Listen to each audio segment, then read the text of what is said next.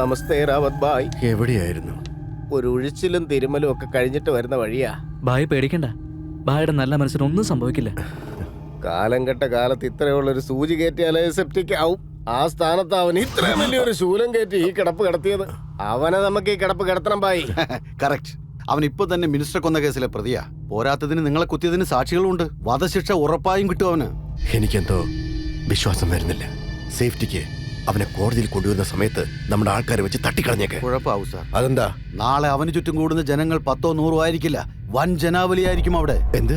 നാളെ 1,00,000 പേർ മനുഷ്യച്ചങ്ങല തീർത്താണ് അവനെ ജയിലിൽ നിന്നും കോടതിയിലേക്ക് കൊണ്ടുവരുന്നത്.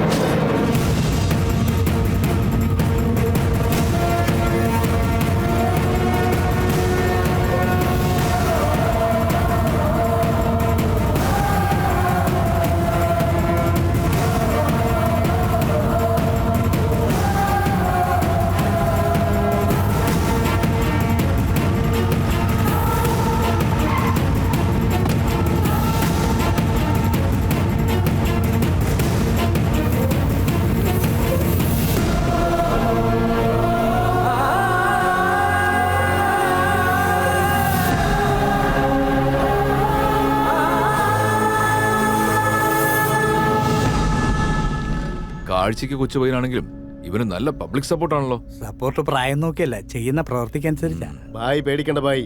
ഈ നിൽക്കുന്ന ജനങ്ങള് ഒരു കോപ്പും ചെയ്യില്ല. കോടതിയിൽ ജഡ്ജിയാണെല്ലാം. അവനെ തൂക്കി കൊന്നിരിക്കും. സിദ്ധു, എന്താണ് ഇത്? നിന്നെ തൂക്കിലിടുന്ന എല്ലാവരും പറയുന്നല്ലോ. അതിനെ കുറിച്ചൊന്നും ഞാനിപ്പോ ചിന്തിക്കുന്നില്ല ചേച്ചി. ആ റാവത്ത് ഇപ്പോഴും ജീവനോടെ ഇരിക്കുന്നതിനെ കുറിച്ചാ ഞാൻ ആലോചിക്കുന്നത്. നിനക്കൊന്നും സംഭവിക്കില്ലടാ.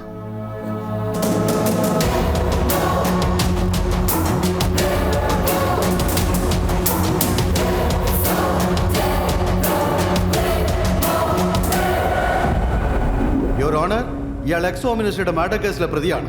കരുതിക്കൂട്ടി ആസൂത്രിതമായി പ്രതികാരവാഞ്ചയോടെ DGPയെയും ടാക്സി സ്റ്റേറ്റിനെയും കൊലപ്പെടുത്തിയതും ഇയാളാണ്.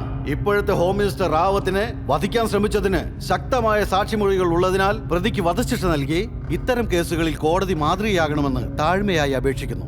നിങ്ങൾ ഈ ആരോപിക്കപ്പെട്ട കുറ്റങ്ങൾ സമ്മതിക്കുന്നു? അവനോട് സമ്മതം ചോദിക്കേണ്ട കാര്യമില്ല. ശക്തമായ തെളിവുകളുള്ള സ്ഥിതിക്ക് കോടതി ടൈം വേസ്റ്റ് ചെയ്യരുത്. തൂക്കിക്കൊല്ലവനെ. Order, order. കോടതിക്ക് ചില നടപടിക്രമങ്ങളൊക്കെ ഉണ്ട്. നിങ്ങൾ കുറ്റം സമ്മതിക്കുന്നുണ്ടോ? കുറ്റം സമ്മതിക്കുന്നു. ഇതെല്ലാം ഞാനാ ചെയ്തത്. പ്രതി സ്വമേധയാ കുറ്റമേറ്റതുകൊണ്ട് IPC സെക്ഷൻ 302, 307 പ്രകാരം പ്രതിയെ മരണം വരെ തൂക്കിലിടുവാൻ. ക്ഷമിക്കണം.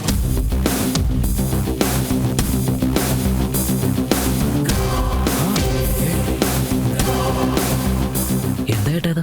ആസല് നായക് ഭായ്, എന്തൊരു മറിമായോടാ ഇത്. എനിക്ക് വിശ്വസിക്കാൻ വയ്യ. ഇന്നലെ അടിച്ച സാധനത്തിന്റെ എഫക്റ്റ് ആണോ ഇവന്മാർ രണ്ടായിട്ട് കാണിക്കുന്നത്? ഇവനെ നമ്മൾ വീട്ടിൽ പറഞ്ഞു വിട്ടല്ലേ, പിന്നെന്താ ഇവിടെ?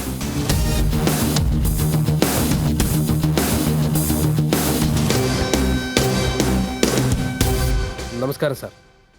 ആരാണ് നിങ്ങൾ? എന്താണ് നിങ്ങളുടെ പേര്? എന്റെ പേര് സിദ്ധാർത്ഥ് നായക്. ആ മർഡറൊക്കെ ഞാനാ ചെയ്തത്. അല്ല ഇവരാണോ? ഞാനാണ് സിദ്ധാർത്ഥ് നായക്. ഇവൻ എന്റെ രൂപമുള്ള ഏതോ ഒരുത്തനാ. എന്നെ പോലെ ഡ്രസ്സും ചെയ്തു വന്ന് ഞാൻ ചെയ്ത തെറ്റുകളൊക്കെ ഇവൻ ചെയ്തു വെറുതെ പറയാ. അല്ല ഇവരാണോ? യവൻ പറയുന്നതാണ് കള്ളത്തരം. ഇവനാണ് എന്നെ പോലെ ഡ്രസ്സും ചെയ്തു വന്ന് ഞാൻ ചെയ്ത തെറ്റുകളൊക്കെ ഇവൻ ചെയ്തു കള്ളം പറയുന്നത്. ദാ നോക്ക്, എന്നെ രക്ഷിക്കാൻ വേണ്ടി നീ നിന്റെ ജീവൻ നശിപ്പിക്കരുത്. ഏയ്, എനിക്കും അതാ പറയാനുള്ളത്. എനിക്ക് വേണ്ടി നീ നിന്റെ ജീവൻ. എന്താ നിന്റെ ഉദ്ദേശം? നീ നായക്കാണെങ്കിൽ ഇവനാരടാ? എന്നെ പോലെ ഒരുത്തൻ. എടാ, അവൻ നിന്നെ പോലെ ഒരുത്തനാണെങ്കിൽ നീയോ? Siddharth Nayak. No no no no, ഞാനാ സിദ്ധാർത്ഥ് നായക്. യുവർ ഓണർ, എന്നെ കൊല്ലാൻ ശ്രമിച്ചതാരാണെന്ന് എനിക്ക് വ്യക്തമായിട്ട് അറിയാം. ഇവനാണ് എന്നെ കുത്തിയത്. ഇവനാണ് നായക്. ഇവനെ തൂക്കിക്കൊല്ല. ഏയ്, no no no no no. Minister ആ കൺഫ്യൂഷനില്ല. ഒരു 5 മിനിറ്റ് അദ്ദേഹത്തെ പുറത്തു നിർത്തണം. കോടതിയോട് എനിക്കൊരു കാര്യം പറയാനുണ്ട്. Court is adjourned for 5 minutes. ഇതൊരു അന്യായ ജയത്തായി പോയി. ഉറപ്പായിട്ടും ജയിക്കുമെന്ന് വിചാരിച്ച കേസാ അവസാന നിമിഷം കൊണ്ടുവന്ന് സകലതും കുളവാക്കി. എടുവാ, രണ്ടാമത് വന്നവൻ ആരാ? അവൻ ഹൈദരാബാദുകാരനാണ് സാർ, സോഫ്റ്റ്വെയർ എഞ്ചിനീയർ. ഞങ്ങളും കൺഫ്യൂസ്ഡ് ആയി ആദ്യം ഒന്ന് അറസ്റ്റ് ചെയ്താണ് സാർ. അല്ല, അവന് മുമ്പ് തനിക്ക് അറിയാമെന്നാണ് പറയുന്നത്? അതെ സാർ, അറസ്റ്റ് ചെയ്ത് കഴിഞ്ഞ് അവൻ എല്ലാം അറിഞ്ഞപ്പോ വിടുകയും ചെയ്തു. ആരാടാ നിന്നെയൊക്കെ CBI എടുത്തത്? ആരും കേട്ടില്ല സാർ.